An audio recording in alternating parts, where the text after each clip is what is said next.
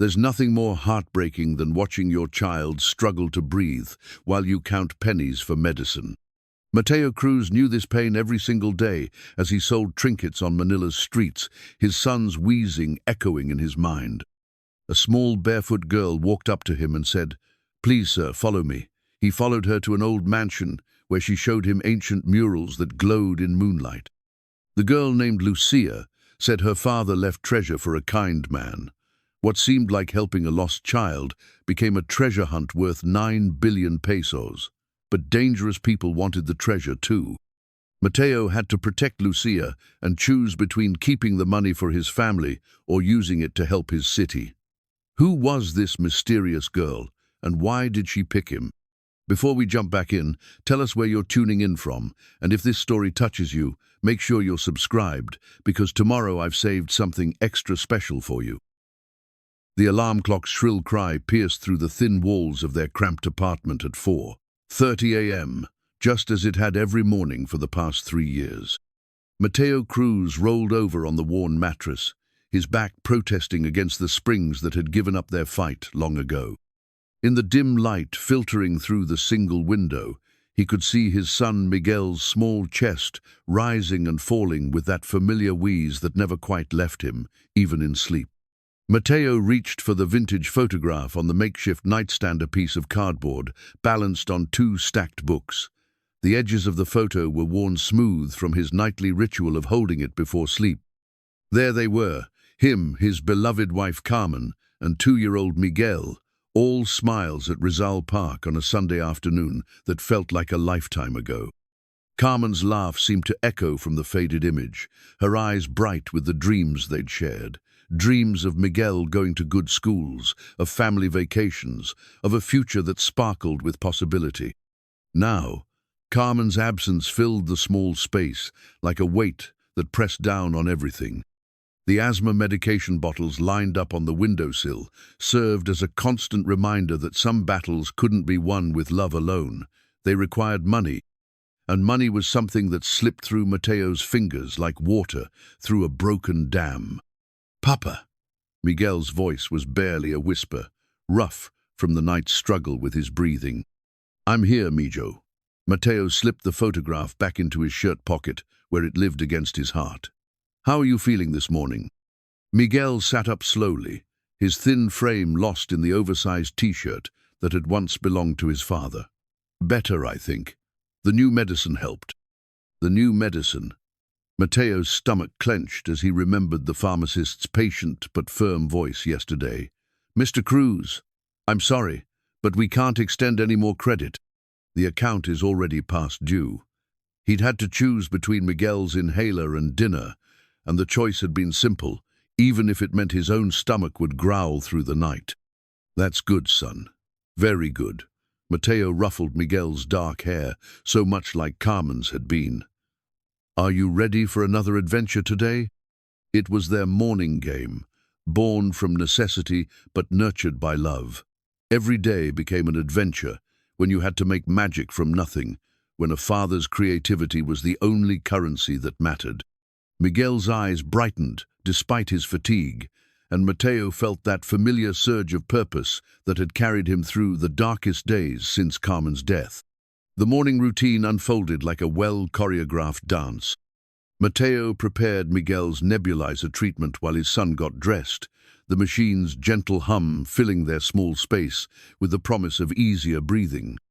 They had 15 minutes while the medication worked its way into Miguel's lungs, 15 minutes for Mateo to transform their meager breakfast into something special.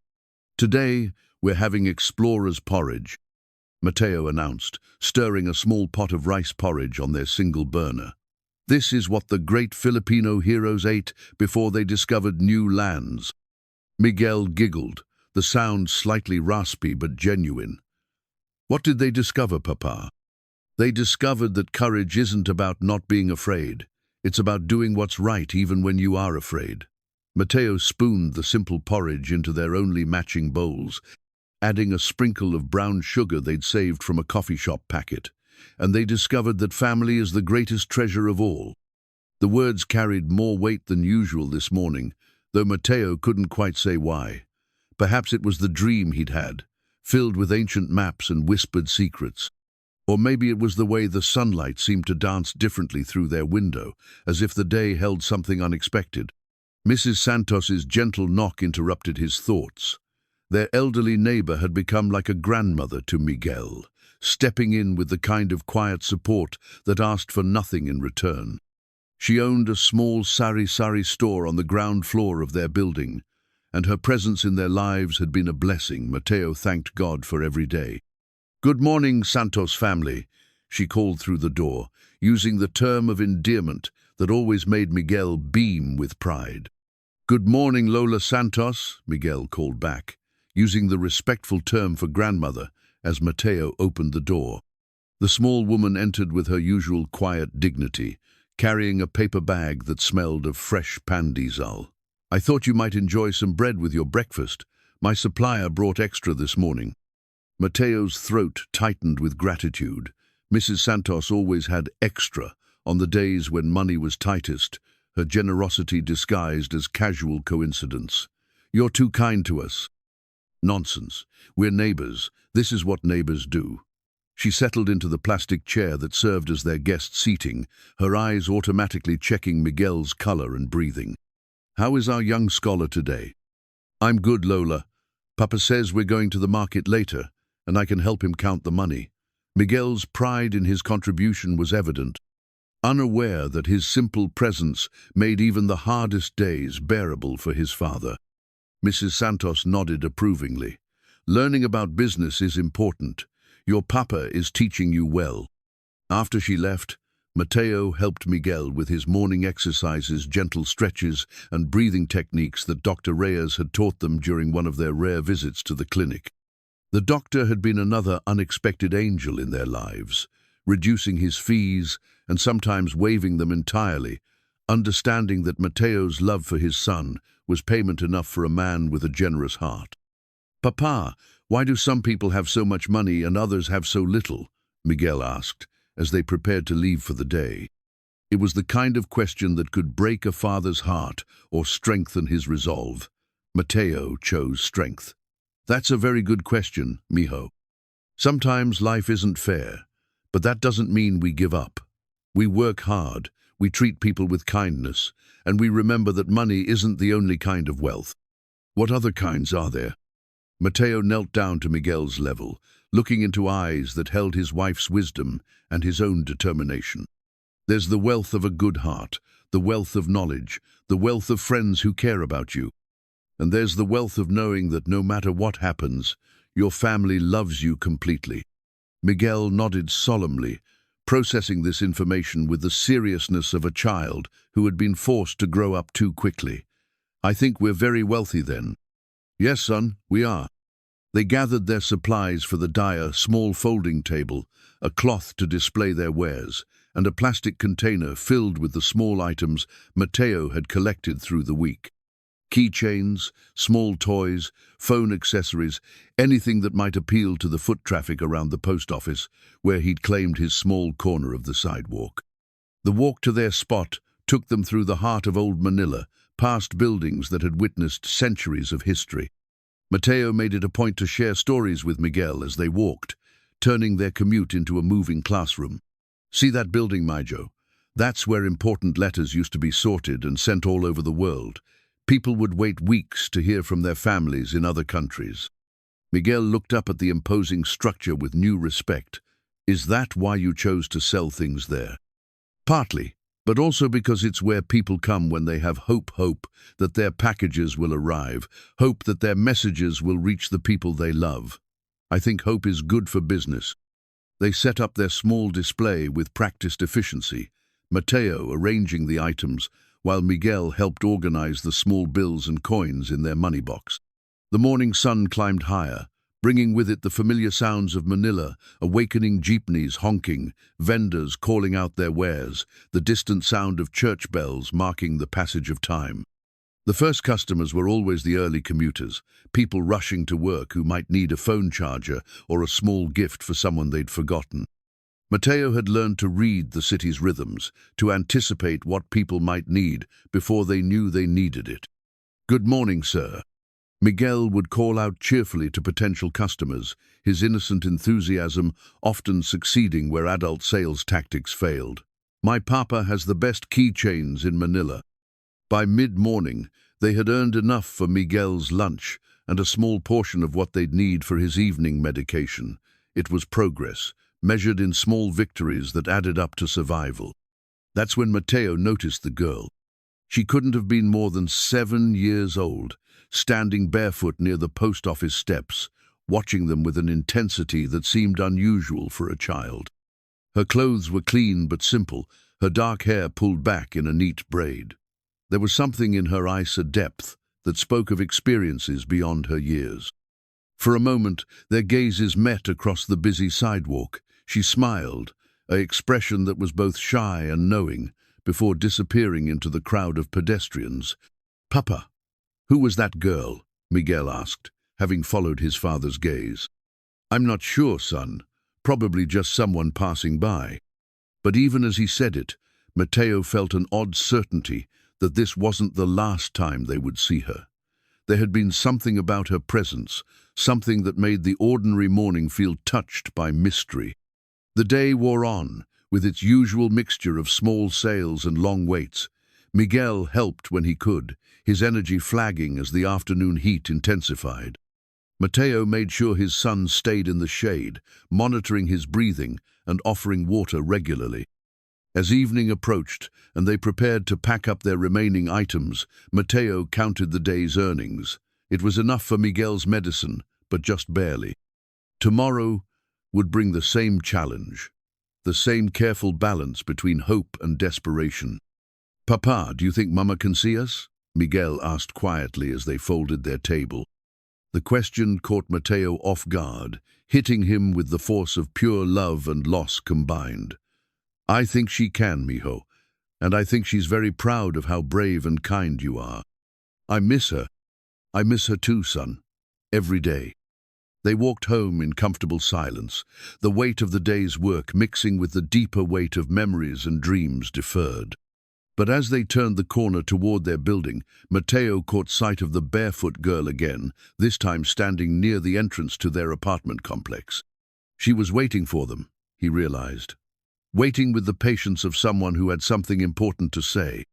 As they approached, she stepped forward, her small hand reaching out to tug gently at Mateo's sleeve. Her voice was barely above a whisper, but her words would echo in his memory for years to come. "Please, sir, follow me."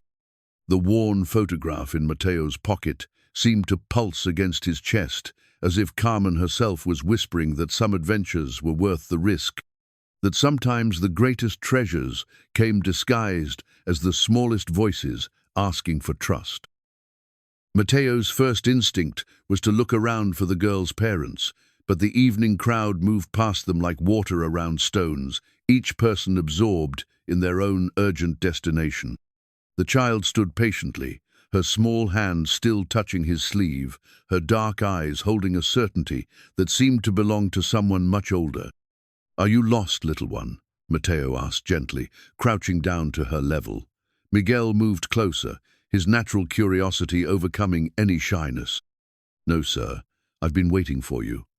Her voice carried a slight accent, something refined that spoke of education and careful upbringing. "My name is Lucia, and I need to show you something very important." Miguel tugged on his father's shirt.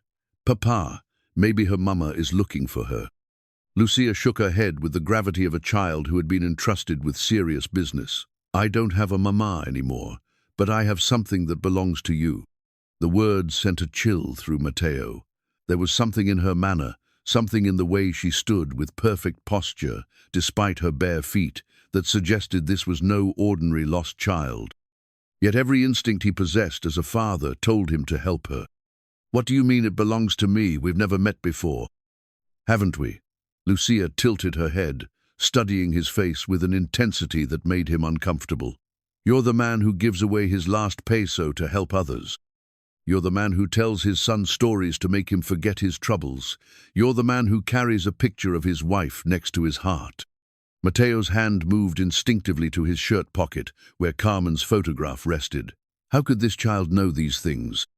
"Please, sir, Follow me. I promise you'll be safe, and I promise this will help your son."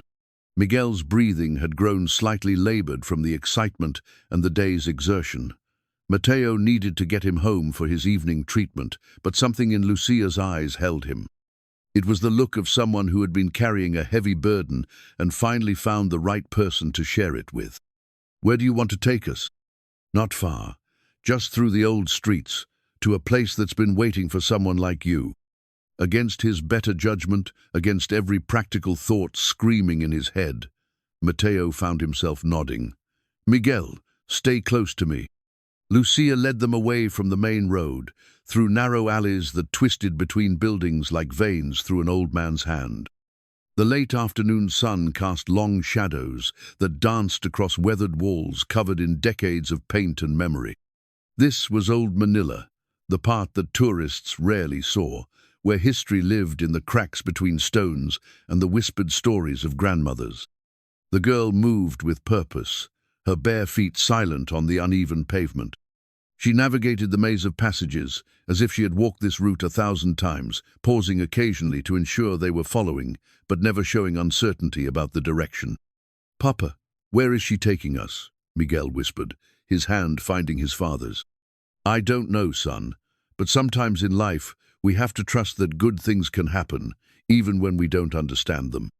After 10 minutes of walking, they emerged into a small courtyard dominated by a 3-story mansion that seemed to exist outside of time. The Spanish colonial architecture spoke of an era when Manila was the western terminus of the galleon trade, when this neighborhood housed merchants and officials who shaped the destiny of empires. Thick vines covered much of the facade, and several windows were boarded shut, but the bones of the building remained proud and strong. "This is where I live," Lucia said simply, as if grand mansions were the natural habitat of barefoot children.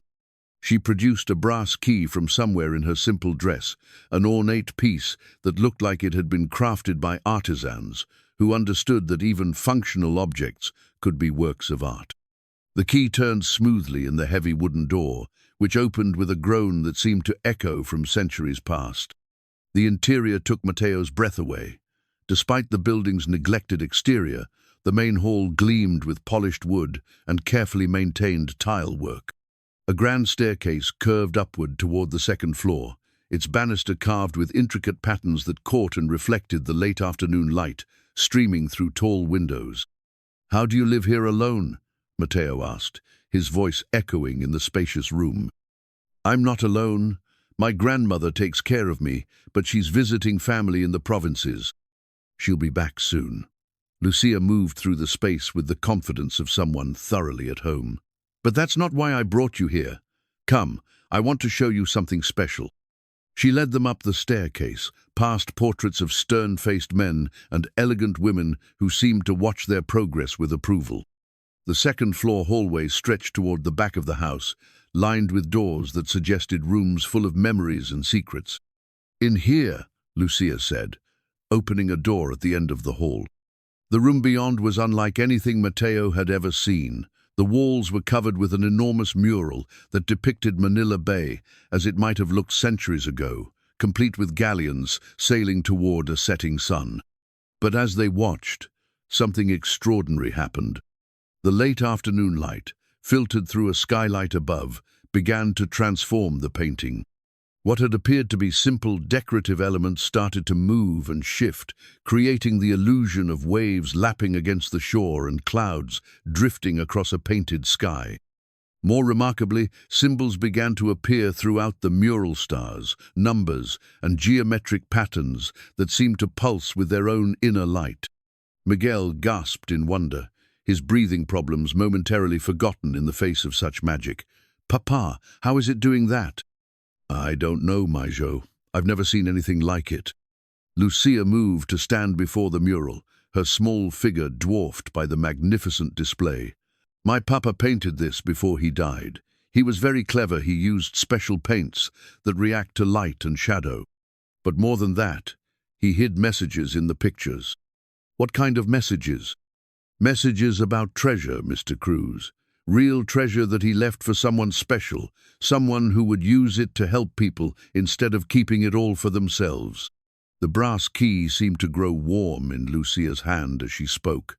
She held it up, and in the shifting light of the mural, they could see that it bore the same symbols that were now dancing across the walls. My papa was very rich, but he was also very sad about how many people in Manila didn't have enough food or medicine or safe places to live.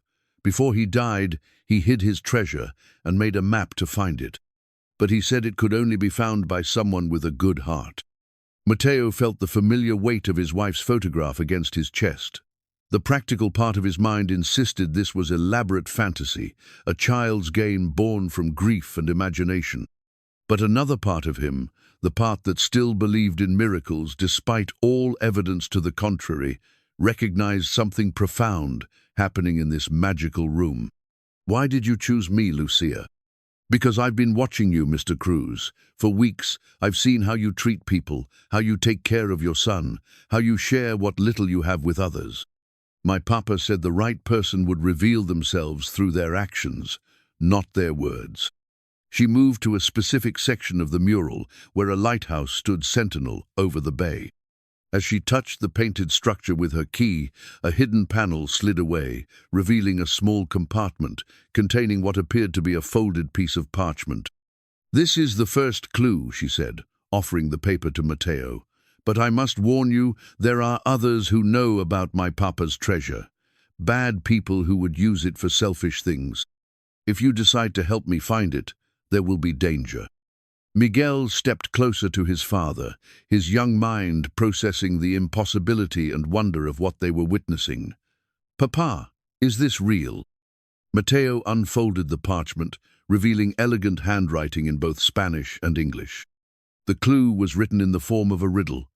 "Where the first stones were blessed, and the faithful still gather, seek the sign of the cross where angels keep watch." His mind immediately went to the oldest churches in Manila, particularly San Agustin in Intramuros. But even as he worked through the puzzle, a deeper question nagged at him. Was he really considering this? Was he prepared to chase after what might be an elaborate delusion, potentially putting Miguel at risk? "I need to think about this," he said finally. "This is a lot to understand." Lucia nodded with the patience of someone who had expected such a response. "Of course, but please don't take too long, Mr. Cruz. The bad people are getting closer, and if they find the treasure first, they'll use it to hurt many people instead of helping them." As they prepared to leave the mansion, Mateo couldn't shake the feeling that his life had just taken a turn towards something larger than himself. The brass key glinted in Lucia's small hand, and the mural seemed to whisper promises of adventure and purpose. Walking home through the darkening streets, Miguel's excitement was palpable despite his fatigue. "Papa, do you think it's real? Do you think there's really treasure?" Mateo looked down at his son, seeing Carmen's hope reflected in the boy's eyes. "I think, Mijo, that sometimes the most important treasures aren't gold or money. Sometimes they're the adventures we take and the people we help along the way." But even as he spoke the words, Mateo felt the weight of possibility settling around him like a cloak. Tomorrow, he would have to decide whether to follow a child's promise into the unknown, or continue the familiar struggle of their daily existence. The choice, he realized, would define not just his future, but the kind of man he wanted his son to remember him being. That night, Mateo lay awake listening to Miguel's breathing, the riddle turning over and over in his mind like a prayer wheel. The rational part of him insisted he was entertaining the fantasies of a grieving child, but the photograph in his pocket seemed to pulse with Carmen's memory, reminding him of all the dreams they'd shared about giving Miguel a better life. When morning came, he had made his decision. "Miguel, how would you like to visit some of the old churches today? Learn a little about our history?" His son's eyes lit up with excitement that made the wheeze in his chest seem lighter. "The ones with the treasure clues?" "Perhaps. But remember, the real treasure is what we learn together." They prepared for the day with extra care, packing Miguel's inhaler, a water bottle, and some of Mrs. Santos's leftover pan de sal. As they set out for Intramuros, the old walled city that had been the heart of Spanish colonial power, Mateo felt a mixture of anticipation and protective concern that any father would recognize. The jeepney ride to Intramuros gave them time to talk about the history they were about to encounter. Mateo pointed out landmarks through the small windows, weaving stories that made the city come alive for his son. You see, my Joe, this whole area used to be surrounded by thick walls to protect it from pirates and invaders. The Spanish built their most important buildings here: the government palace, the cathedral, and the oldest stone church in the Philippines. San Agustin Church? Exactly. It's been standing for over 400 years, through earthquakes, wars, and typhoons. Think about all the people who have prayed there, all the hope that those old stones have witnessed. San Agustin Church rose before them like a testament to endurance, its Baroque facade weathered but magnificent. The morning sun caught the carved stone details, creating shadows that seemed to dance across the ancient walls. Miguel paused at the entrance, his small hand finding his father's. "It's so big, Papa. How do we find a clue in such a big place?" "We look with our hearts as well as our eyes, son. Sometimes the most important things are hidden in plain sight." Inside, the church embraced them with cool shadows and the scent of centuries-old wood and incense. The vaulted ceiling soared overhead, supported by massive pillars that had weathered storms, both literal and metaphorical. Morning light filtered through stained glass windows, painting rainbow patterns on the stone floors where countless generations had knelt in prayer. Mateo and Miguel moved slowly through the nave, their footsteps echoing softly in the sacred space. The riddle had mentioned the sign of the cross where angels keep watch, and as they explored, Mateo found himself drawn to the ornate side chapels where carved cherubs and saints maintained their eternal vigil. "Papa, look at this one," Miguel whispered, pointing to a particularly elaborate confessional booth near the altar dedicated to St. Lawrence. The carved wooden structure was decorated with intricate religious symbols, and above it, a painted angel seemed to watch over the space with gentle eyes. Mateo knelt down to examine the confessional more closely, running his fingers along the carved details. The wood was dark with age, polished smooth by centuries of use. As he traced the outline of a decorative cross, he felt something shift slightly under his touch. A small panel, no larger than his palm, moved inward with a soft click. Behind it, nestled in a cavity that seemed designed for the purpose, was a small medallion attached to a tarnished silver chain. The medallion bore the same symbols they had seen in Lucia's mural stars, arranged in a specific pattern around a compass rose. "You found it?" Miguel's excitement was barely contained in a whisper. Mateo lifted the medallion carefully, feeling its weight in his palm. The metal was warm, as if it had been waiting for this moment. On the reverse side, delicate engraving spelled out a message in Latin: Veritas et Caritas, truth and charity. "What does it mean, Papa?" Before Mateo could answer, a gentle voice spoke from behind them. "It means that real strength comes from truth and love for others." They turned to find an elderly priest approaching, his lined face kind but curious. Father Rodriguez had served San Agustin for more than 30 years, and his presence in the church felt as natural as the stone pillars themselves. "I'm sorry, Father. We were just exploring our heritage, I hope." The priest's eyes fixed on the medallion in Mateo's hand, and a flicker of recognition crossed his features. "That's a very old piece.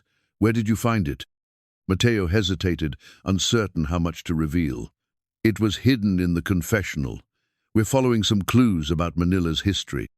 Father Rodriguez nodded slowly, his expression growing thoughtful. "Ah, you must be connected to the Cruz family research. Don Carlos mentioned that someone might come looking for his historical artifacts." "Don Carlos?" "Carlos Mendoza, a very generous man who supported our church for many years before his death.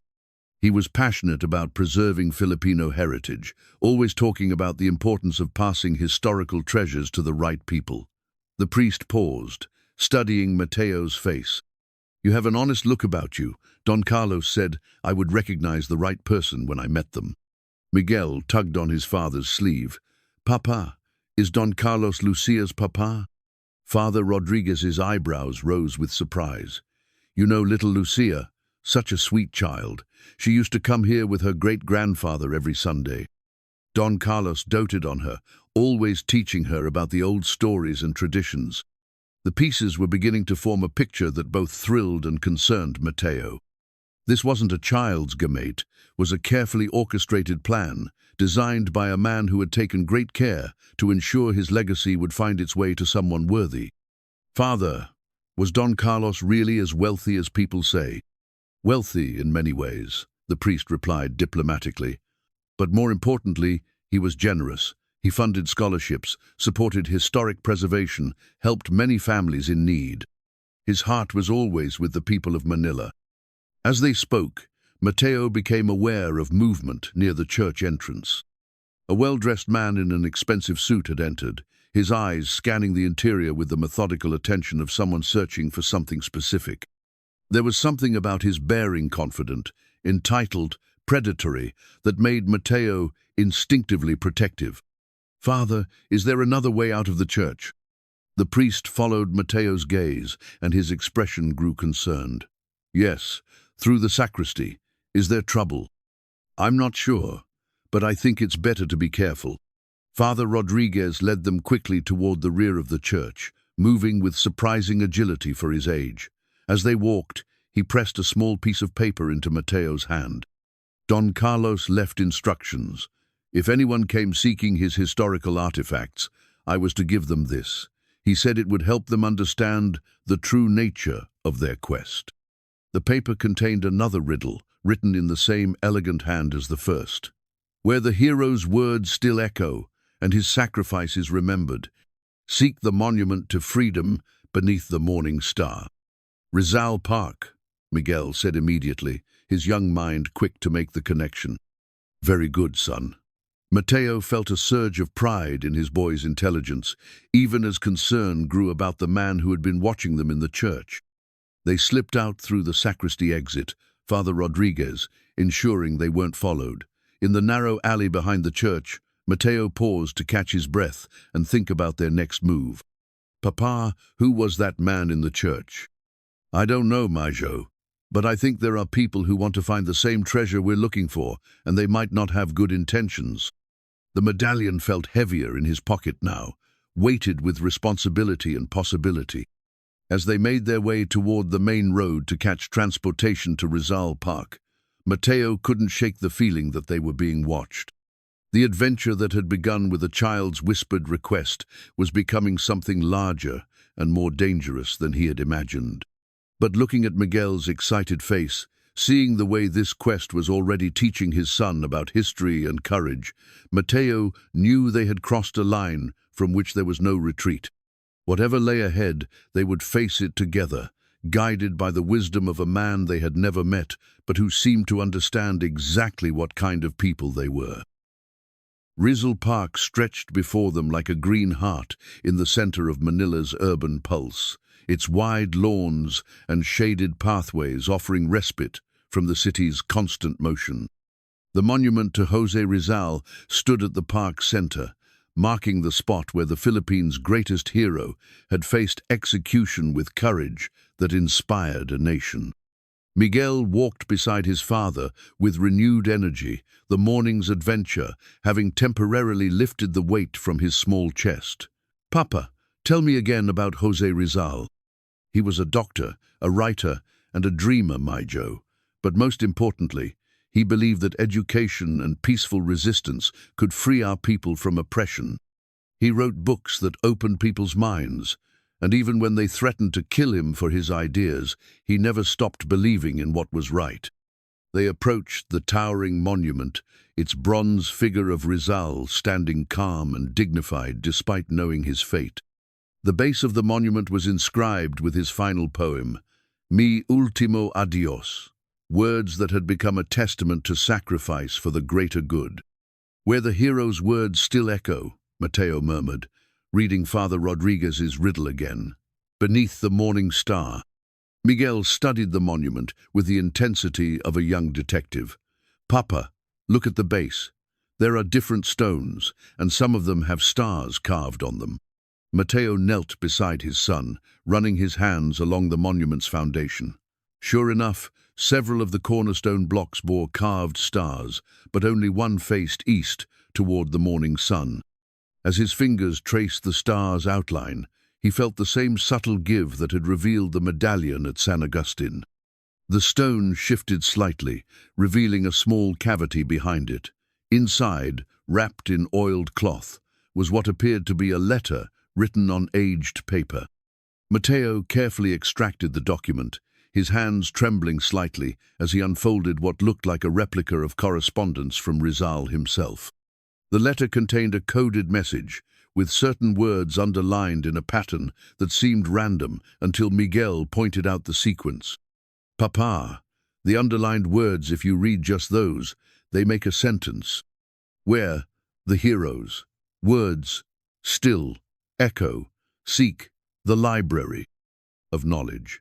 Mateo felt a surge of pride in his son's perceptiveness. "The National Library. Miguel, you're brilliant." As they prepared to leave the park, a woman approached them with the casual confidence of someone used to getting what she wanted. She was perhaps 40, well-dressed but not ostentatiously so, with the kind of smile that suggested professional competence rather than warmth. "Excuse me, but I couldn't help noticing your interest in the monument. Are you historians, by any chance?" Mateo's instincts, sharpened by the morning's encounter at the church, immediately went on alert. "Just a father teaching his son about our heritage." "How wonderful. I'm Sofia Vega, and I work with a cultural preservation group. We're always excited to meet families who appreciate historical research." She extended her hand, and Mateo shook it briefly, noting the expensive watch and manicured nails that suggested her cultural preservation group was well funded. "It's nice to meet you, Miss Vega, but we need to be going." Of course. But if you don't mind me asking, what drew you specifically to the Monuments Foundation? Most tourists focus on the statue itself." Miguel, with the innocent honesty of childhood, piped up before his father could stop him. "We're following clues about treasure. A girl named Lucia is helping us find things that her papa hid." Sofia's expression shifted almost imperceptibly, her professional smile becoming slightly more fixed. "How fascinating. A treasure hunt. And this girl, she's been quite helpful?" "Miguel," Mateo said gently but firmly, "we should save our stories for later." "But Papa, maybe Miss Vega could help us. She knows about history." Sofia crouched down to Miguel's level, her voice taking on the tone adults used when they wanted to seem trustworthy to children. "I would love to help, Miguel. Historical treasures are exactly what my organization works to preserve. Perhaps you could tell me more about these clues you're following." Every parental instinct Mateo possessed began screaming warnings. There was something about the way Sofia's eyes remained calculating even as her voice grew warm, something about how quickly she had appeared after they found the letter. "Thank you for the offer, but we're really just exploring as a family project. Nothing serious." Sofia straightened, her smile never wavering. "Of course. But if you change your mind, here's my card. Historical preservation is important work, and sometimes amateur treasure hunters can inadvertently damage valuable artifacts." The business card was expensive, embossed with gold lettering that identified Sofia as a cultural heritage consultant. But it was the logo that made Mateo's blood run cold, the same symbol pattern they had seen on the medallion and in Lucia's mural. "We'll keep that in mind," he said carefully, pocketing the card while mentally noting never to contact this woman. As they walked away from the monument, Miguel looked up at his father with confusion. "Papa, why didn't you want to tell her about our adventure? She seemed nice." "Sometimes, Mijo, people who seem nice have different intentions than what they show on the surface. It's better to be careful with information that could be important." "Like the treasure?" "Exactly like the treasure." They caught a jeepney toward the National Library, but Mateo couldn't shake the feeling that they were being followed.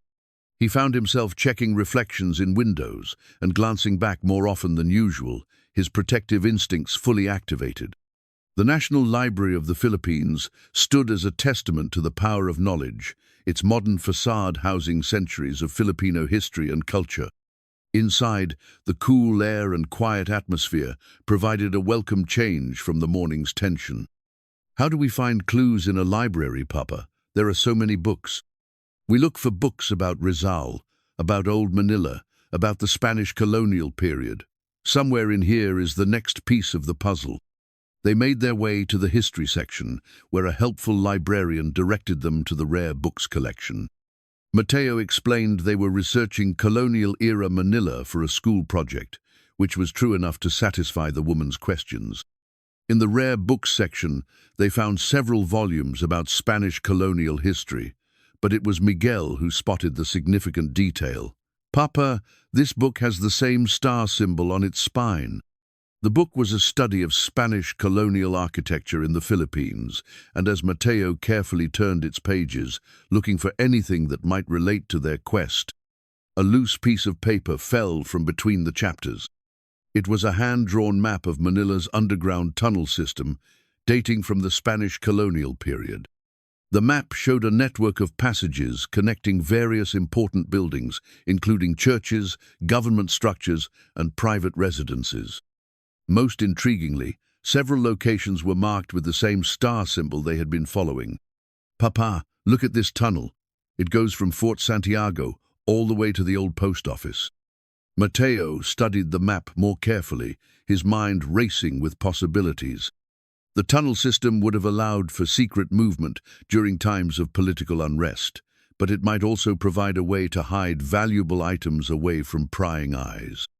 A notation in the margin, written in the same elegant handwriting they had seen before, provided their next clue.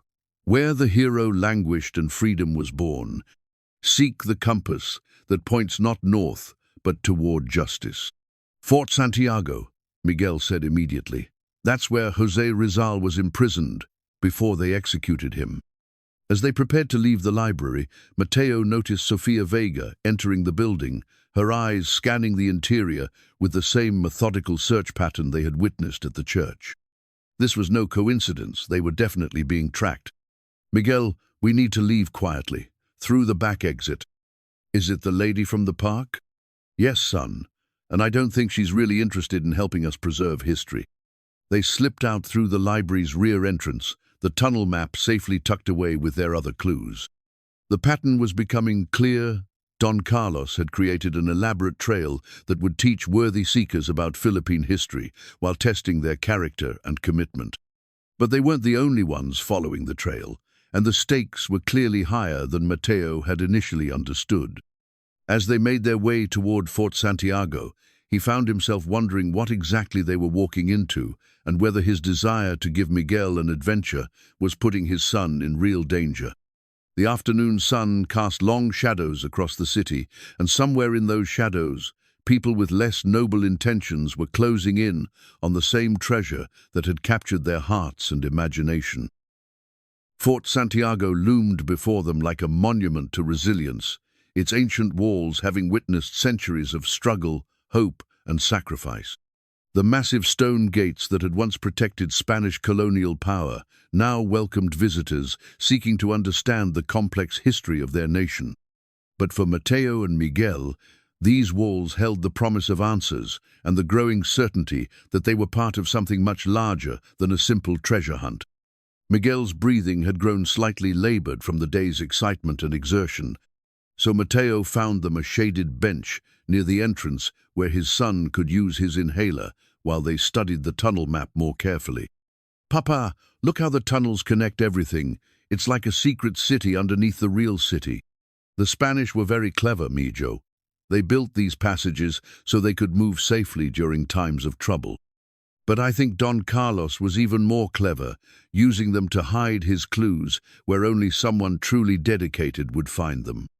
A tour group was gathering near the main entrance, led by a guide whose enthusiastic voice carried across the courtyard. Mateo made a quick decision they would join the tour, blend in with the crowd, and use the cover to explore more freely. Would you like to learn about heroes and prisoners, Miguel? They joined the group, just as the guide began explaining the fort's transformation from Spanish stronghold to American military installation to Japanese prison during World War II. The stories were sobering tales of courage and suffering that gave weight to the stones beneath their feet. This is where José Rizal spent his final days. The guide explained as they entered the cell that had been preserved as a shrine. He used his time here not for despair, but for writing and reflection, preparing the words that would inspire a nation. Mateo felt the medallion warm against his chest as they stood in the small chamber where their greatest hero had faced his mortality with grace. The riddle had mentioned where the hero languished, and standing in this sacred space, he understood that they were meant to find something here. As the tour group moved on, Mateo and Miguel lingered behind, ostensibly so Miguel could catch his breath, but actually so they could examine the cell more carefully. The afternoon light slanted through the small window, creating patterns on the stone floor that seemed almost intentional. Papa, the compass that points not north but toward justice, what could that mean? Mateo studied the cell's sparse furnishings and the replica of Rizal's personal effects. There, among the simple items that had comforted the hero in his final days, was an ornate compass. But as Miguel had suspected, this was no ordinary navigational instrument. The compass housing was decorated with the familiar star pattern, and when Mateo lifted it carefully, he discovered that it indeed pointed not toward magnetic north, but toward a specific direction that seemed to align with one of the fort's interior walls. Following the compass's guidance, they found themselves standing before a section of stone wall that looked identical to all the others, except for one small detail, a loose stone at about waist height that bore the faint outline of a star. The stone came away easily in Mateo's hands, revealing a hollow space behind it. Inside, wrapped in oiled leather, was a manuscript page that made both father and son gasp in amazement. The page contained a detailed map of Manila's underground tunnel system, far more comprehensive than the simple drawing they had found in the library. This map showed not just the tunnels, but also marked specific chambers, storage areas, and what appeared to be a central hub located directly beneath the old post office building. Papa, it's like a whole world down there. It is, son, a world that Don Carlos understood very well. As Mateo studied the manuscript, he became aware of voices approaching not tourists, but people speaking in low, urgent tones. He quickly tucked the map away and guided Miguel toward one of the fort's many shadowed alcoves. A man in an expensive suit, the same man they had seen at San Agustin Church, entered the cell area, accompanied by two others who moved with the fluid grace of trained security personnel. Even from their hiding place, Mateo could hear the authority in the man's voice. "I don't care what it costs, Ramirez. We need to find those documents before some amateur treasure hunter stumbles onto something they can't handle. The Mendoza endowment is too important to leave to chance." "Sir, our contacts say the girl has been spotted with a street vendor and his son. They're following the clues, but they don't understand what they're really looking for. Then we'll have to educate them, preferably before they lead Sophia's people to the same information." Mateo's blood chilled as he realized they were discussing him and Miguel. These weren't just random treasure seekers, they were organized, well-funded, and apparently competing with Sophia's group for the same prize. "What about the girl? Lucia Mendoza. She's the key to everything." Carlos was clever, but he was also sentimental. He designed this whole elaborate game to find someone worthy, but in the end, it all comes down to blood relationships and legal inheritance. Get the girl, and we get control of the endowment. Miguel pressed closer to his father, his young mind understanding enough to know they were in serious danger. Mateo wrapped his arm around his son, thinking frantically about how to get them out of the fort without being seen. The men's voices grew fainter as they moved to examine other parts of the cell, giving Mateo and Miguel a chance to slip away. They made their way carefully through the fort's corridors, using the cover of other tourist groups to mask their movement. But as they approached the main exit, Mateo spotted Sofia Vega near the entrance, her eyes scanning each person leaving the fort. They were trapped between two groups of people who clearly meant them harm. "Papa, what do we do?" "We use the tunnels, my Joe, just like the heroes did when they needed to escape." According to the map they had found, one of the tunnel entrances was located in the fort's lower level, near the old ammunition storage areas. The tourist route didn't normally include these sections, but Matteo had noticed maintenance stairs leading downward during their exploration. They made their way carefully to the lower level, past roped-off areas, and signs warning tourists away from unstable sections. The air grew cooler and damper as they descended, carrying the scent of centuries-old stone and the whisper of underground water. "Papa, I'm scared." "I know, son. But remember what we learned about Jose Rizal Courage isn't about not being afraid. It's about doing what's right, even when you are afraid." The tunnel entrance was exactly where the map indicated, hidden behind what appeared to be a solid wall, but was actually a cleverly disguised door. The Spanish colonial compass from Rizal's cell had become warm in Matteo's pocket, and when he held it near the wall, it began to vibrate slightly. Following the compass's guidance, Matteo found the hidden mechanism stone that pushed inward, causing a section of the wall to swing open on well-oiled hinges. The passage beyond stretched into darkness, but fresh air flowing from within suggested it was still passable. "The tunnels are real, Miguel. Don Carlos wasn't just hiding treasure, he was preserving history." They entered the passage, using Matteo's phone's flashlight to navigate the ancient corridor. The walls were lined with stone blocks fitted so precisely that mortar was barely visible, a testament to the skill of colonial-era engineers. Every few meters, small alcoves contained what appeared to be oil lamp fixtures, suggesting the tunnels had been designed for regular use.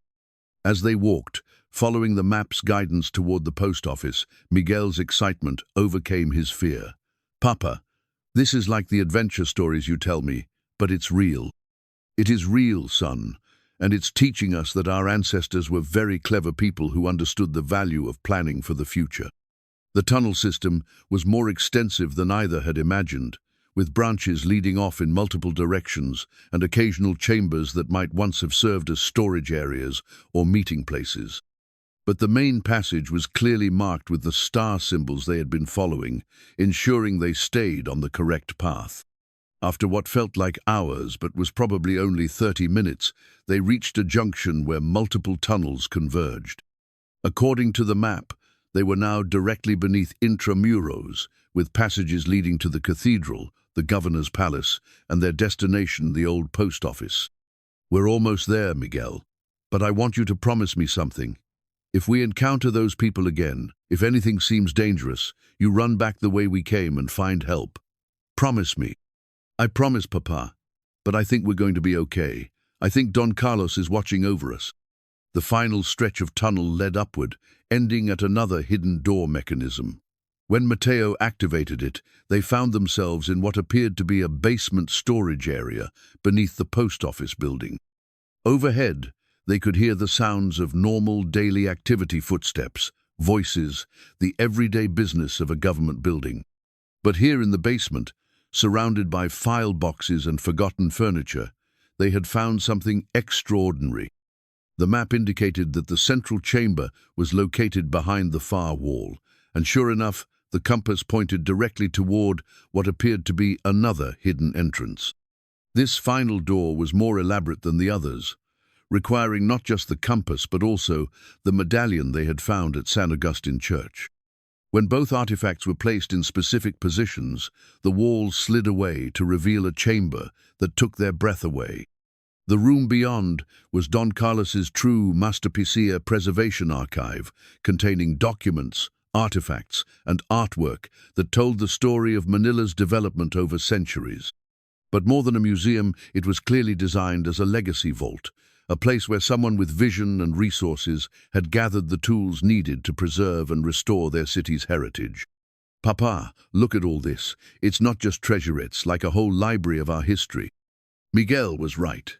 This wasn't about gold or jewels, it was about something far more valuable.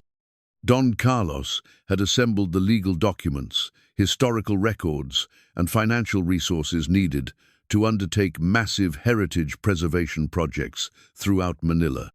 And at the center of the chamber, on a simple wooden desk, sat a leather-bound journal containing what appeared to be Don Carlos's final testament and the true explanation of his elaborate treasure hunt. The journal's pages were filled with Don Carlos's elegant handwriting, documenting not just his plans for the endowment, but his deep love for Manila and his concerns about its future. As Mateo read aloud to Miguel, they began to understand the true scope of what they had discovered. "My dear friend," the journal began, "for that is what you must be if you have successfully followed my trail of clues. You have demonstrated patience, intelligence, and most importantly, the willingness to pursue knowledge and help others, even when the path was uncertain." Miguel listened with rapt attention as his father continued reading. The journal explained that Don Carlos had spent his final years watching Manila's historical sites deteriorate, its colonial-era buildings crumble, and its cultural artifacts disappear into private collections or foreign museums. "I could simply leave my fortune to the government," the journal continued. "But bureaucracy moves slowly and money often finds its way into the wrong pockets. Instead, I have chosen to create a treasure hunt that will identify someone with the character to use these resources properly." The chamber around them contained more than just documents. It held architectural plans for restoration projects, contracts with craftsmen who specialized in historical preservation, and detailed surveys of buildings throughout Manila that were in desperate need of attention. But it was the financial documentation that truly revealed the magnitude of Don Carlos's vision.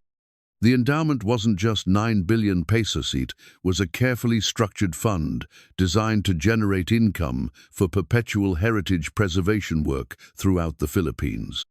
"Papa, this means we could fix all the old buildings, save all the historical places that are falling down."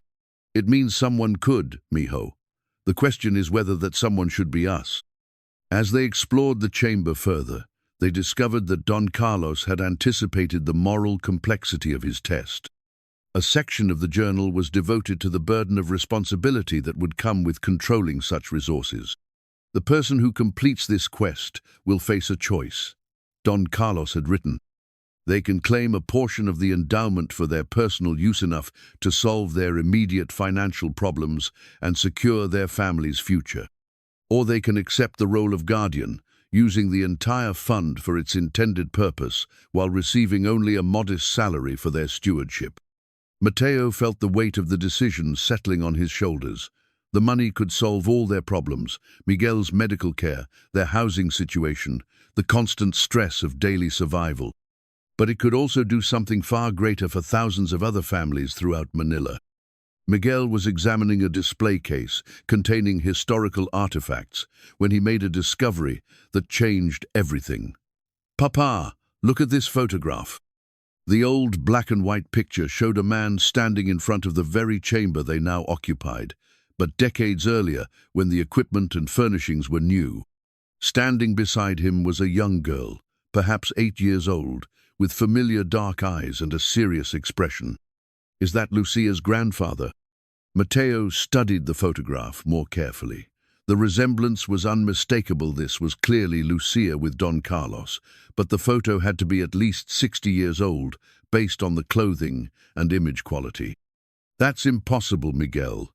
Lucia can't be more than 7 years old now." But even as he said it, Mateo remembered the depth in the girl's eyes, the way she had moved through the mansion with complete familiarity, her knowledge of things that no modern child should understand. A chill ran down his spine as he began to consider possibilities that defied rational explanation. The sound of footsteps in the tunnel above interrupted his thoughts. Someone had discovered their route and was following them into the underground passages. Voices echoed in the stone corridors, multiple people, moving with purpose and urgency. "We need to leave, Miguel, right now." But as they gathered the essential documents from Don Carlos's desk, they realized there was a problem. The chamber had only one entrance, and their pursuers were between them and the tunnel system they had used to arrive. "Papa, what about that?" Miguel pointed to what appeared to be an old dumbwaiter system in the corner of the chamber, probably used to transport materials between the basement and upper floors of the post office building. The mechanism was ancient but well maintained, clearly part of Don Carlos's preparations for this eventual discovery. A hand crank system allowed manual operation, and the shaft extended upward into darkness. "It's worth trying, son. Better than waiting here to be found." The voices in the tunnels were growing closer, and now they could make out individual words. Sofia Vega was directing a search team, her previous facade of cultural preservation completely abandoned. "The entrance has to be here somewhere. The vault is the only place that makes sense for the final hiding place." Mateo helped Miguel into the dumbwaiter compartment, which was just large enough for both of them if they crouched together. The ascent was slow and nerve-wracking, the old pulleys creaking with each turn of the hand crank. They emerged into what appeared to be a storage closet on the post office's main floor, the sounds of normal government business filtering through the walls. But their relief was short-lived as they stepped out of the closet. They found themselves face to face with the well-dressed man from the church and fort, flanked by his security team.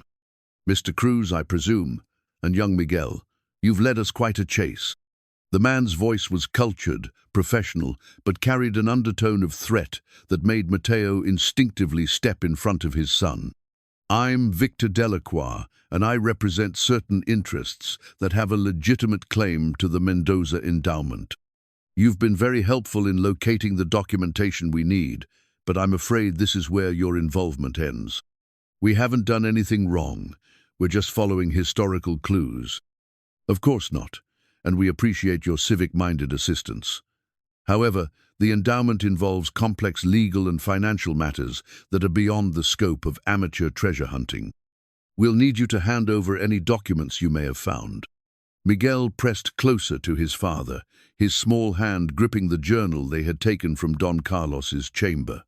There was something about Mr. Delacroix that reminded Mateo of the corrupt officials and business people who had made his life so difficult after Carmen's death-smooth words hiding selfish intentions. "And if we refuse?" Delacroix's smile never wavered, but his eyes grew cold. "Let's not make this more complicated than necessary. You have a sick child to think about, Mr. Cruz. Medical care is expensive, and accidents can happen to people who get involved in situations beyond their understanding." The threat was clear, and Mateo felt a familiar rage building, the same anger he'd experienced when landlords threatened eviction, when pharmacists demanded payment he didn't have, when the world seemed designed to crush people who couldn't fight back. But this time, he wasn't powerless. This time, he held something that could change not just his life, but the lives of countless others. "Miguel," he said quietly, "do you remember what Jose Rizal said about standing up for what's right?" "Yes, Papa. He said that cowardice is worse than death." Delacroix's expression shifted, recognizing that his intimidation tactics were not having the desired effect. "Mr. Cruz, please be reasonable. Think about your son's future." "I am thinking about his future, and I'm thinking about the future of every family in Manila who deserves better than people like you." The standoff continued, tension building in the small storage room, when a new voice cut through the silence. "Actually, Mr. Delacroix, I think you'll find that the legal situation is far more complex than you've suggested." Sofia Vega emerged from the stairwell, having found her way up from the basement chamber. But she wasn't alone. Several men in dark suits flanked her, and their bearing suggested law enforcement rather than criminal intent. The game was about to change in ways none of them had anticipated. The storage room suddenly felt impossibly small as two opposing forces faced each other across its cramped confines. Delacroix's security team tensed, hands moving toward concealed weapons, while Sofia's companions positioned themselves with the practiced efficiency of law enforcement officers. "Miss Vega," Delacroix said carefully, his cultured voice betraying the first hints of uncertainty, "I wasn't expecting to see you here." "I'm sure you weren't, Victor, though I suspect you should have been." Sofia's entire demeanor had changed. Gone was the friendly cultural preservation consultant, replaced by someone who carried unmistakable authority. "Gentlemen, please show Mr. Delacroix your identification." The men with Sofia, produced badges that identified them as agents from the Bureau of Internal Revenue's Financial Intelligence Unit. Suddenly, the dynamics of the confrontation shifted dramatically. "Mr. Cruz," Sophia continued, her voice now addressing Mateo directly, "I owe you an apology. I haven't been entirely honest about who I am or why I've been following your treasure hunt." Miguel pressed closer to his father, confused by the rapidly changing situation. Mateo kept one protective arm around his son while maintaining eye contact with Sophia, unsure whether this new development represented help or a different kind of threat. "My name is Sofia Vega, but I'm not a cultural heritage consultant. I'm a financial crimes investigator, and I've been tracking Victor Delacroix's organization for the past 18 months. Delacroix's face remained impassive, but Mateo noticed sweat beading on the man's forehead despite the room's cool temperature. "You see," Sophia continued, "Mr. Delacroix represents a network of individuals who specialize in locating and appropriating unclaimed assets, particularly those belonging to deceased wealthy individuals who may not have left clear inheritance instructions. They've been hunting for the Mendoza endowment ever since Don Carlos's death 3 years ago." "This is preposterous," Delacroix interjected, but his voice lacked its earlier confidence. "I represent legitimate business interests with valid legal claims. You represent a criminal organization that has stolen millions of pesos from Filipino families by manipulating inheritance laws and corrupting government officials." Sophia's words cut through his protests like a blade. "We've been building a case against your network, but we needed evidence of your methods and identification of your local contacts." The pieces of the puzzle were falling into place for Mateo, but the picture they formed was far more complex than he had imagined. "You used us as bait." "Not exactly. When we learned that someone was following Don Carlos's treasure hunt, we initially thought you might be working with Delacroix's people.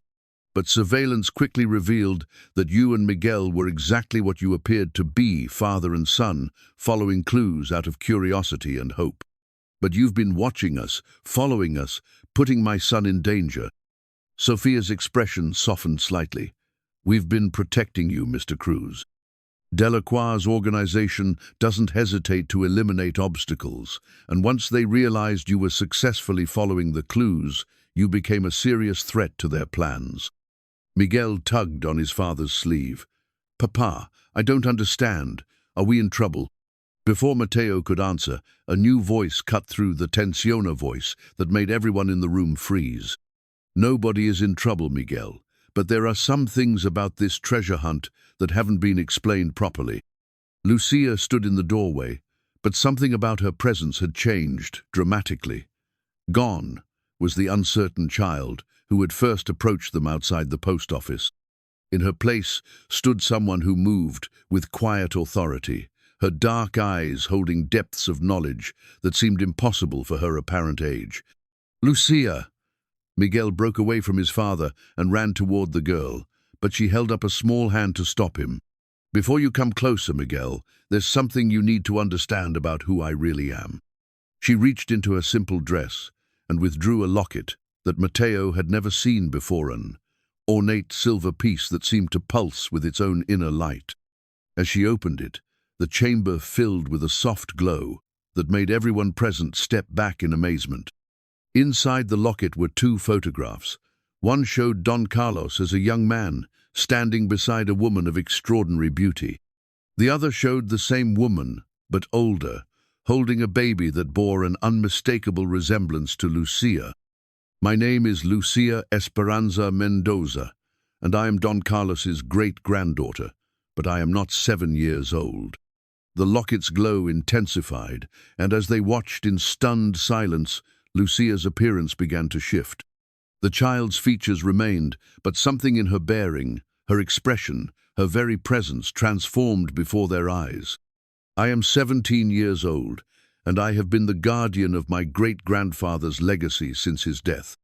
The child you have been seeing is a projection, a way to approach people without triggering their adult skepticism and greed." Delacroix's team had backed against the far wall, their training apparently not having prepared them for encounters with the supernatural. Even his security personnel looked ready to flee. "This is impossible," Delacroix whispered. "People don't just change like that." "Don Carlos was a man of science as well as vision," Lucia continued, her voice now carrying the wisdom of someone far beyond her apparent years. "He studied the old Filipino traditions, the stories of spiritual guardians and ancestral protectors. He believed that love and purpose could transcend the normal limitations of existence." Sophia's investigative training was struggling to process what she was witnessing. "Are you saying that you're some kind of spirit?" "I'm saying that death is not always the end of responsibility. Don Carlos died knowing that his endowment needed a guardian, someone who would ensure it reached the right hands. I volunteered to serve that purpose, even though it meant remaining bound to this world, instead of moving on to whatever comes next." The practical implications of this revelation were staggering. If Lucia was the legal heir to the Mendoza fortune, then Delacroix's entire operation was not just criminal but futile. "The endowment cannot be stolen or claimed by outsiders," Lucia explained, "because it requires the willing consent of its guardian. And I have been testing potential recipients for 3 years, waiting for someone who would understand that true wealth comes from helping others." She turned to face Mateo directly, her young features serious with the weight of centuries of Filipino wisdom. "You have passed every test, Mateo Cruz. You chose to help a lost child rather than worry about your own problems. You included your son in learning about our heritage. You protected historical artifacts instead of selling them. You chose courage over safety when confronted by those who would misuse power. But I don't know anything about managing that kind of money, about preservation projects, about any of this. You know about love, about sacrifice, about doing what's right even when it's difficult. The rest can be learned." Delacroix made a sudden move toward the exit, but Sophia's agents were ready for him. Within moments, he and his team were in custody, their operation finally exposed and ended. "What happens now?" Miguel asked, his young mind struggling to process the miraculous events he had witnessed. Lucia smiled, and for a moment she was simply a child again, delighted by adventure and possibility. "Now, Miguel, your father has a choice to make. He can accept the responsibility of guarding the endowment and using it to restore Manila's heritage, or he can take a reward for his help and return to his normal life." The locket's glow faded, and Lucia returned to her apparent age of 7, but the knowledge in her eyes remained. She had shown them the truth of who she was and what the treasure hunt had really been about. "There's one more thing you should know," she said quietly. "If your father accepts this responsibility, he won't be working alone. I will remain as his advisor and partner in this work, for as long as it takes to fulfill my great-grandfather's vision." Mateo looked down at Miguel, then around the room at the evidence of Don Carlos's careful planning, then finally at Lucia, who represented both the past and the future of their beloved city. The choice before him would define not just his own life, but the kind of legacy he would leave for his son and the kind of world Miguel would inherit. In his pocket, Carmen's photograph seemed to whisper encouragement, reminding him that love sometimes calls us to purposes greater than ourselves. The weight of the decision settled over Mateo like a mantle of responsibility that felt both terrifying and strangely familiar. In the sudden quiet that followed Delacroix's arrest, the storage room seemed to pulse with the accumulated hopes and dreams of generations. Sophia's agents had efficiently removed Delacroix and his team, leaving behind only Sophia herself, who was carefully documenting the scene for her investigation. But her professional duties couldn't completely mask her fascination with what she had witnessed. "Mr. Cruz," she said quietly, "for what it's worth, I've been watching you for weeks, and I believe Don Carlos chose well. You have something that can't be taught or bought, the ability to see beyond your own immediate needs." Lucia approached Mateo with a leather portfolio that seemed to have materialized from nowhere, though he suspected it had been hidden in the storage room all along. "This contains everything you need to understand what accepting the guardianship would mean. But before you decide, there's something else you should see." She led them back down to Don Carlos's chamber, which had been transformed during their absence above ground. Where before there had been a simple archive, now the space glowed with soft light that revealed the full scope of the philanthropist's vision. The walls were covered with detailed plans for restoration projects throughout Manila churches that could be returned to their original splendor, colonial-era houses that could be saved from demolition, public spaces that could be redesigned to honor their historical significance while serving modern needs. "Papa, look at all the places we could help," Miguel whispered, his young imagination immediately grasping the possibilities. But it was the financial documentation that truly revealed the magnitude of the choice before them. The endowment wasn't just a static sum of money, it was a carefully structured investment portfolio designed to generate income in perpetuity. The principal would remain untouched, but the interest and dividends could fund preservation work throughout the Philippines for generations. Don Carlos spent his final years consulting with economists, lawyers, and preservation specialists. Lucia explained, her voice carrying the wisdom of someone who had been intimately involved in those discussions. He designed this not as a charitable gift, but as a sustainable engine for cultural preservation. Mateo studied the documents with growing amazement. The yearly income from the endowment would be more than enough to fund major restoration projects, while providing a comfortable living for whoever served as its guardian. It was ambitious beyond anything he had imagined, yet meticulously planned down to the smallest detail. "What happened to your family, Lucia? How did you end up as the guardian instead of your parents or grandparents?" Her expression grew sad, and for a moment she was simply a child remembering loss. "My grandmother died when I was 12, and my parents were killed in a car accident 2 years later. Don Carlos was all I had left, and when he died, I couldn't bear the thought of leaving this world without ensuring his dreams would come true." The tragedy in her story made Miguel reach out to take her hand, his natural compassion overcoming any lingering confusion about her true nature. "But if I accept this responsibility," Mateo said carefully, "what happens to you? Do you finally get to rest?" "Only when the work is complete, when Manila's heritage is truly secure. But that could take decades, and I've made peace with that choice."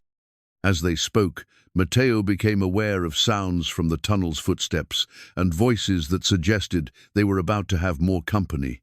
But these voices were different from the threatening tones of Delacroix's people. These sounded excited, curious, hopeful. "Ms. Vega," a young man's voice echoed through the passage. "We found the entrance, and there are people here who say they can help explain what we're looking for." Sophia appeared at the chamber entrance, followed by several people who made Mateo's heart swell with recognition and gratitude. Mrs. Santos was there, moving carefully but determinedly through the tunnel. Dr. Reyes had come as well, his medical bag slung over his shoulder out of habit. Even Father Rodriguez from San Agustin Church had made the journey underground. "Mateo, my boy," Mrs. Santos said with a broad smile, "when the government investigators came asking about you and Miguel, we told them they'd better be looking to help you, not hurt you." Dr. Reyes immediately went to Miguel, checking his breathing and color with the automatic concern of someone who had been caring for the boy for years. "How are you feeling, young man? This has been quite an adventure for someone with asthma." "I'm okay, doctor. The medicine is working, and Papa says adventures are good for building character." Father Rodriguez surveyed the chamber with wonder, his eyes taking in the religious artifacts and historical documents that filled the space. "Don Carlos mentioned that he was working on something important for the church and for Manila, but I never imagined anything like this." "How did you all find us?" Mateo asked. "Ms. Vega's investigation led them to everyone who had been helping you," Mrs. Santos explained. "When they told us what was really happening, we insisted on coming to support you. Whatever decision you make, you should know that your community stands behind you." The presence of these people, his chosen family, the support network that had sustained him through the darkest times, gave Mateo a clarity he hadn't possessed before. This wasn't just about him and Miguel anymore. It was about the kind of community they all wanted to build together. Lucia watched the reunion with satisfaction, as if this gathering had been part of her plan all along. Don Carlos believed that real preservation work required community involvement. He hoped that whoever accepted the guardianship would understand that. Dr. Reyes had been examining some of the medical equipment in the chamber. Apparently, Don Carlos had been concerned about healthcare access as well as historic preservation. Mateo, with resources like this, we could establish free clinics throughout the old neighborhoods, places where families like yours could get proper care without worrying about cost. And the church could partner with the foundation to provide educational programs. Father Rodriguez added, we could teach children about their heritage while helping their families with practical needs. Mrs. Santos nodded approvingly. This is how communities should work, everyone helping everyone else, building something better for the next generation. Miguel looked up at his father with shining eyes. Papa, we could help everyone, couldn't we? Just like you always helped me. The documents in the leather portfolio detailed exactly how such community involvement could work. Don Carlos had envisioned a foundation that would employ local people, train them in preservation techniques, and create a sustainable economy around cultural heritage maintenance. But there was also a personal dimension to the choice that couldn't be ignored. Accepting the guardianship would mean a complete transformation of their lives, from day-to-day survival to long-term stewardship of something larger than themselves. The foundation would provide you with a house, Lucia explained, one of the historic properties that Don Carlos acquired for restoration. You and Miguel would live there while overseeing the preservation work. The foundation's income would cover all your expenses, including Miguel's medical care, his education, everything you need. It was almost too good to believe. Security, purpose, the ability to help others on a scale he had never imagined possible. But it was also overwhelming, a responsibility that felt enormous for someone who had been counting pesos for medicine just days ago. What if I make mistakes? What if I'm not smart enough or educated enough to handle something this important? You won't be alone, Dr. Reyes assured him. The foundation would employ experts, advisors, people who understand the technical aspects of the work. Your role would be to ensure that the heart of the mission remains pure, that the work truly serves the community rather than ego or profit. Sophia had been listening to the conversation while continuing to document the chamber's contents. Mr. Cruz, in my investigation of financial crimes, I've seen what happens when large sums of money fall into the wrong hands, but I've also seen what happens when they fall into the right hands. You have something that most wealthy people lack. You understand what it means to struggle, to need help, to depend on others' kindness. The evening light filtering down through the post office building above created shifting patterns on the chamber walls, and in those patterns, Mateo seemed to see the faces of all the people who could benefit from Don Carlos's vision. Children who could grow up learning about their heritage, families who could receive medical care, elderly people who could live with dignity in preserved historical communities. There's something else you should know, Lucia said quietly. If you accept this responsibility, it doesn't have to be forever. When Miguel is grown, when you feel your work is done, you can pass the guardianship to someone else, but it should be someone you trust completely, someone who shares the values that brought you here.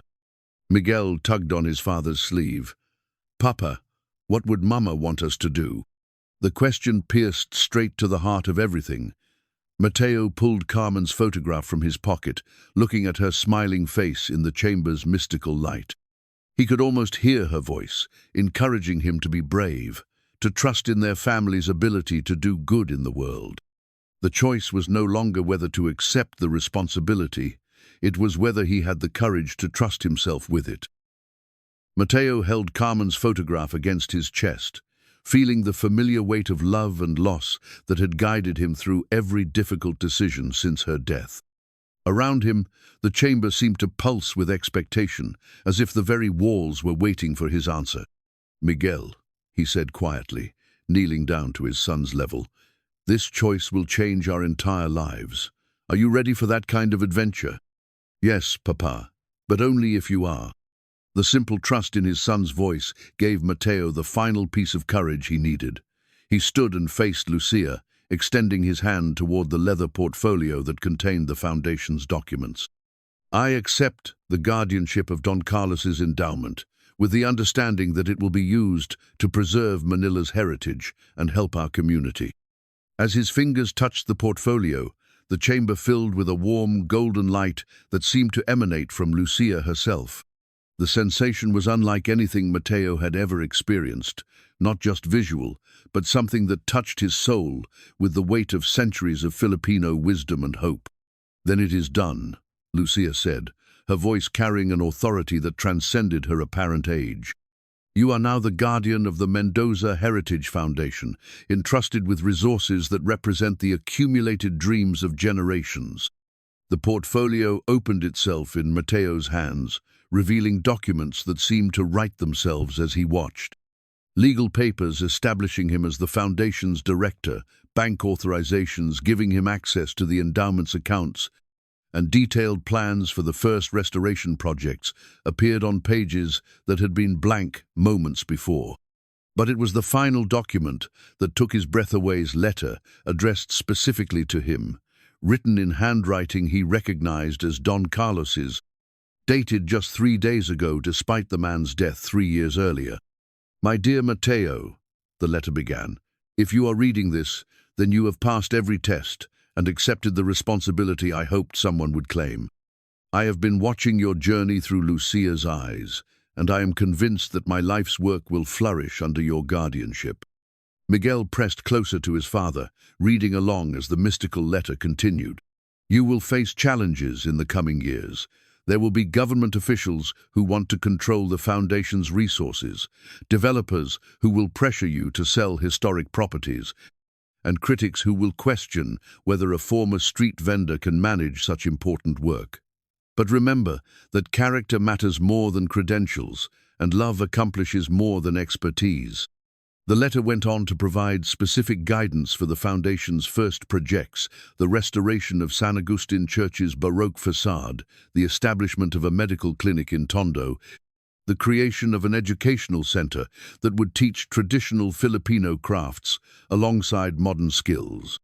"Papa," Miguel whispered, "it's like he's still here, helping us plan everything." Mrs. Santos wiped tears from her eyes as she watched the miraculous documents appear. "Some people's love is so strong it refuses to be stopped by death." Father Rodriguez nodded solemnly. "This is what we call the communion of saints, the connection between those who have passed on and those who continue their work in this world." Dr. Reyes was examining the medical clinic plans with professional interest. "These specifications are remarkable. The equipment list, the staffing requirements, the community outreach programs, it's exactly what our neighborhood needs." But even as joy and amazement filled the chamber, Mateo felt a tremor of fear. The responsibility was enormous, and despite everyone's encouragement, he was still the same man who had been counting coins for medicine just days ago. "I don't know if I'm worthy of this trust," he said aloud, his voice carrying the honest doubt that had plagued him throughout the adventure. Lucia stepped forward, and in her hands appeared a crystal prism that seemed to capture and reflect all the light in the chamber. "Worthiness isn't something you possess, Mateo. It's something you choose every day through your actions and decisions."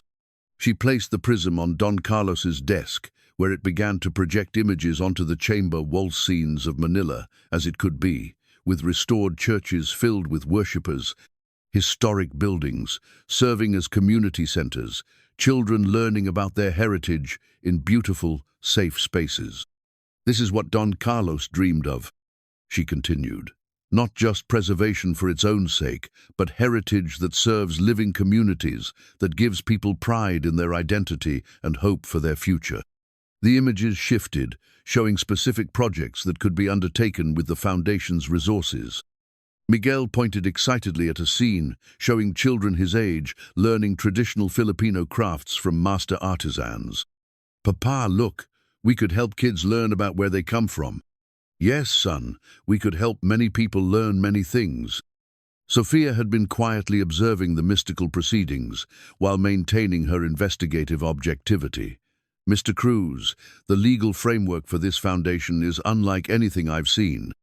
The documents are creating a new model for philanthropic work-own that prioritizes community involvement over institutional control.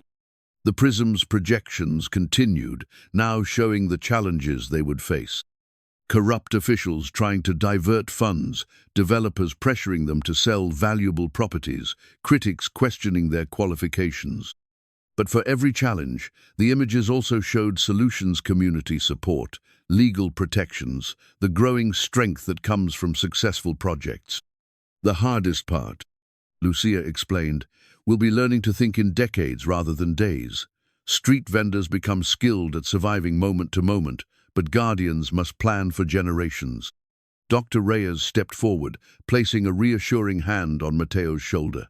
That's why you have advisors, friends, a community that believes in you. None of us succeeds alone. Mrs. Santos nodded emphatically. And you have something more important than expertise. You have the experience of struggle. You won't forget what it feels like to need help, which means you'll never stop providing it to others. Father Rodriguez added his own perspective. In the church, we believe that God doesn't call the qualified, He qualifies the called. You were chosen for this work, not because you already knew how to do it, but because you have the heart to learn. The crystal prism pulsed with brighter light, and suddenly the chamber was filled with a presence that felt unmistakably like Don Carlos himself. Though he remained invisible, his voice seemed to whisper through the space. Trust in the work, trust in your community, and trust in the love that brought you here. Miguel reached up to take his father's hand. Papa, I'm proud of you for being brave enough to help people. The simple words from his son dissolved the last of Mateo's doubts. This wasn't about whether he was worthy, it was about whether he was willing to grow into worthiness through service to others. Then let's begin, he said, his voice carrying new authority and purpose. Let's start building the Manila that Don Carlos dreamed of.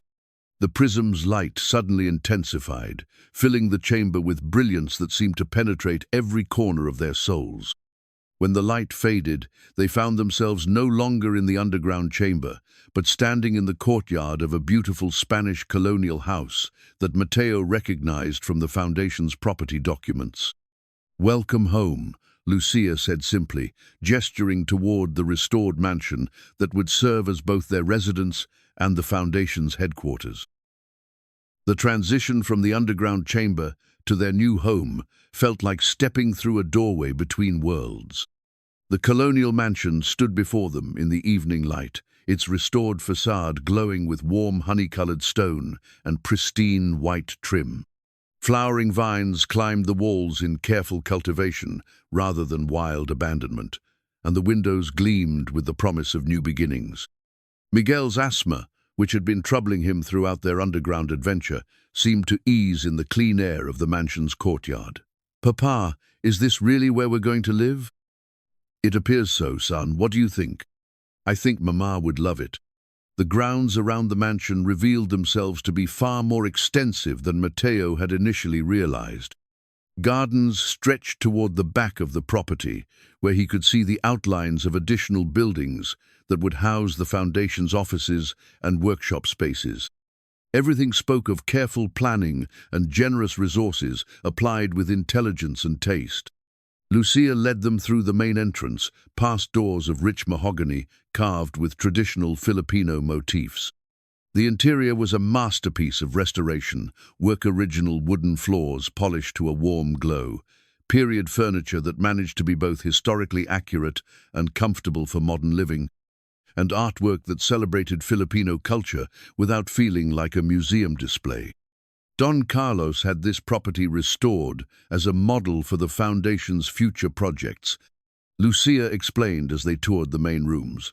Every technique used here, every material chosen, every design decision can be replicated in other historic buildings throughout Manila. Dr. Reyes was examining a well-equipped medical consultation room on the ground floor. This is perfect for house calls and basic treatment. With the Foundation's resources, we could establish a network of these community health centers throughout the historic districts. Mrs. Santos had discovered a modern kitchen that maintained its colonial character while including every amenity needed for comfortable daily living. You'll be able to cook real meals for Miguel, not just rice porridge and whatever we can afford. Father Rodriguez was studying a library that contained an extensive collection of books on Filipino history, culture, and preservation techniques. This will be invaluable for the educational programs. Children and adults alike can learn about their heritage in a space that honors that heritage. But it was the sealed endowment documents, displayed in a climate-controlled case in the mansion's study, that truly drove home the magnitude of what Mateo had accepted. The papers were formal, legal, and absolutely binding, was now the guardian of resources that could genuinely transform Manila's approach to historic preservation. Sophia, who had accompanied them to their new home to complete her investigation documentation, reviewed the legal framework with professional amazement. The foundation structure is brilliant. The principle remains protected in perpetuity, but the income streams are designed to grow with inflation and changing economic conditions. This isn't just preservation funding, it's a sustainable engine for community development. As evening settled over their new home, Mateo found himself standing in the mansion's main courtyard, looking up at stars that seemed brighter and more hopeful than any he had seen from their old apartment. The weight of responsibility hadn't diminished, but it no longer felt crushing.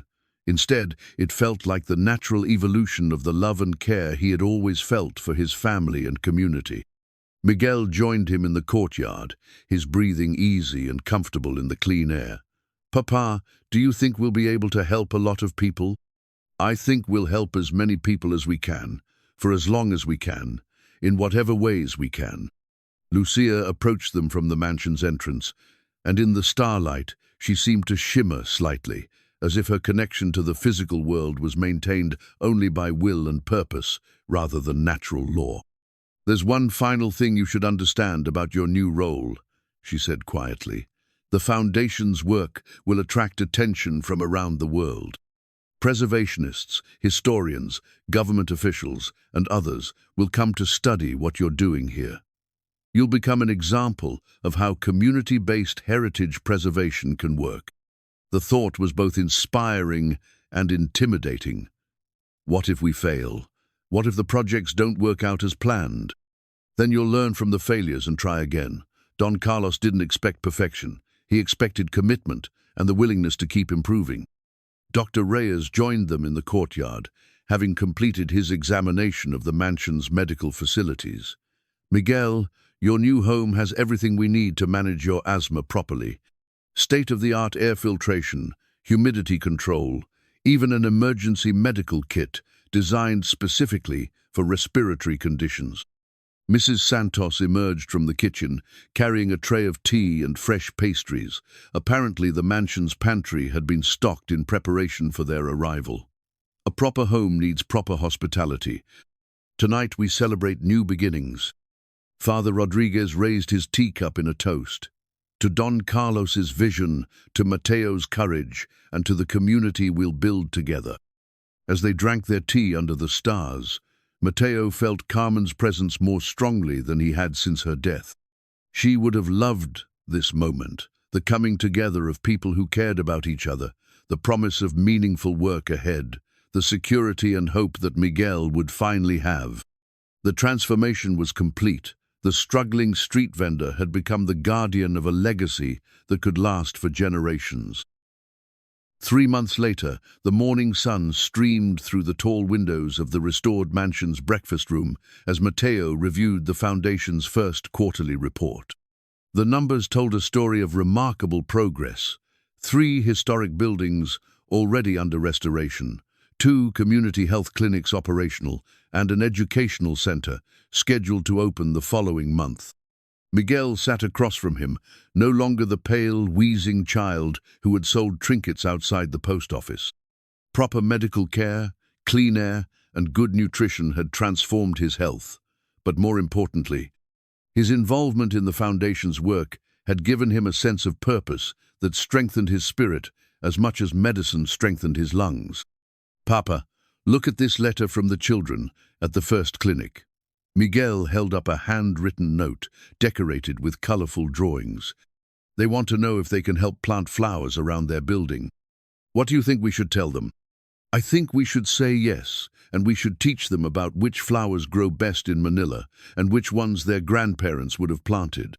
Mateo smiled at his son's instinctive understanding of the Foundation's mission, not just to preserve the past, but to connect it meaningfully with the present and future.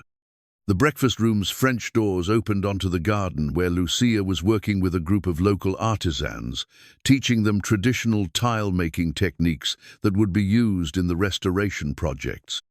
Her age seemed to fluctuate depending on the task at hand, sometimes appearing as the 7-year-old who had first approached them, sometimes manifesting as a young woman with the knowledge and authority to direct complex preservation work. "She's remarkable," said Dr. Reyes, joining them for his weekly breakfast meeting to discuss the health clinic's progress. "The way she can communicate with everyone, from government ministers to street children, it's like she speaks each person's language perfectly." "I think she speaks the language of the heart," Mateo replied. "The language that Don Carlos taught her about seeing people's needs and responding with love and practical help." Mrs. Santos entered with fresh coffee and the day's mail, her role in their household having evolved naturally from helpful neighbor to foundation coordinator. Her small sari-sari store had become an unofficial information center for the foundation's work, connecting community members with services and opportunities. "The mayor's office called," she announced. "They want to discuss expanding the clinic program to 5 more neighborhoods. And the Department of Tourism wants to feature our restoration work in their new cultural heritage campaign." Dr. Reyes added, "Apparently, we're becoming a model for community-based preservation throughout Southeast Asia." The recognition was gratifying, but Mateo had learned to measure success in more personal terms. The true victory was in the thank you notes from families who no longer had to choose between medicine and food, in the employment opportunities created for craftsmen whose traditional skills had been valued and preserved, in the children who were learning about their heritage through hands-on involvement in restoration work. Father Rodriguez arrived for their morning planning session, his cassock replaced by work clothes suitable for the building project he was overseeing. The restoration of San Agustin Church had become a collaboration between the foundation and the parish, creating a model for how religious and secular preservation efforts could support each other.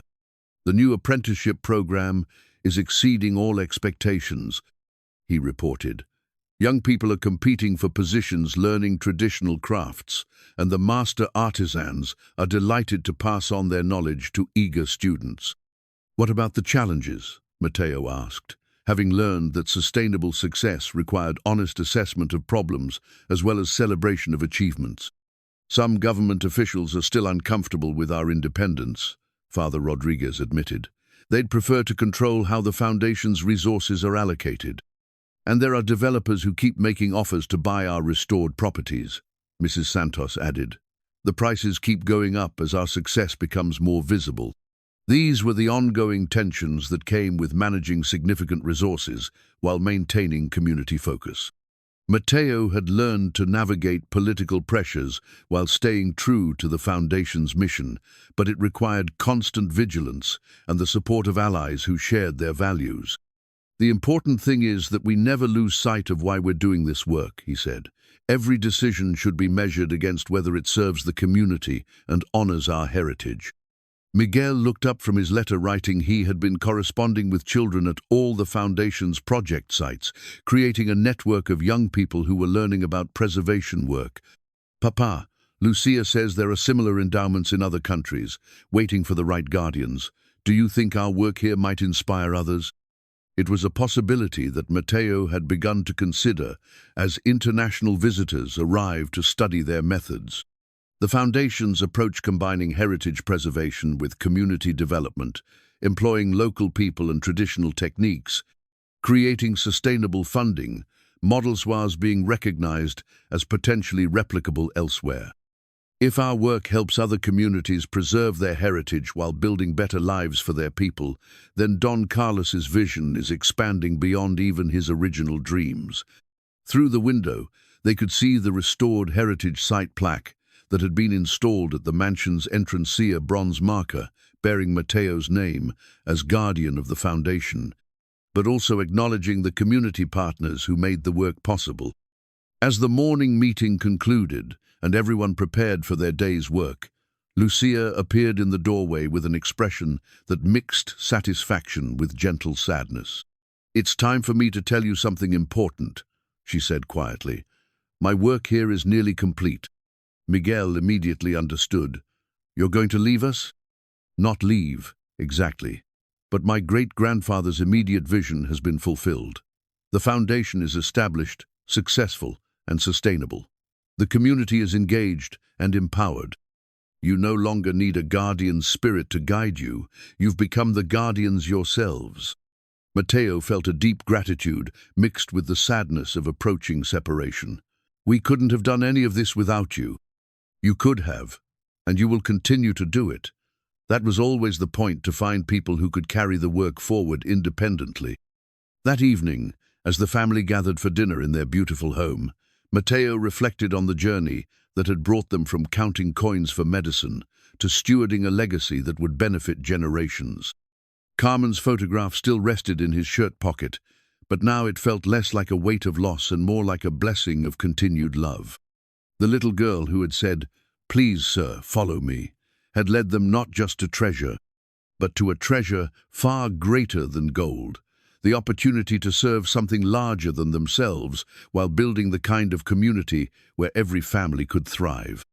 In the garden outside, fireflies danced among the flowers, and somewhere in their gentle light, the spirit of Don Carlos smiled with satisfaction at work well begun and love well shared.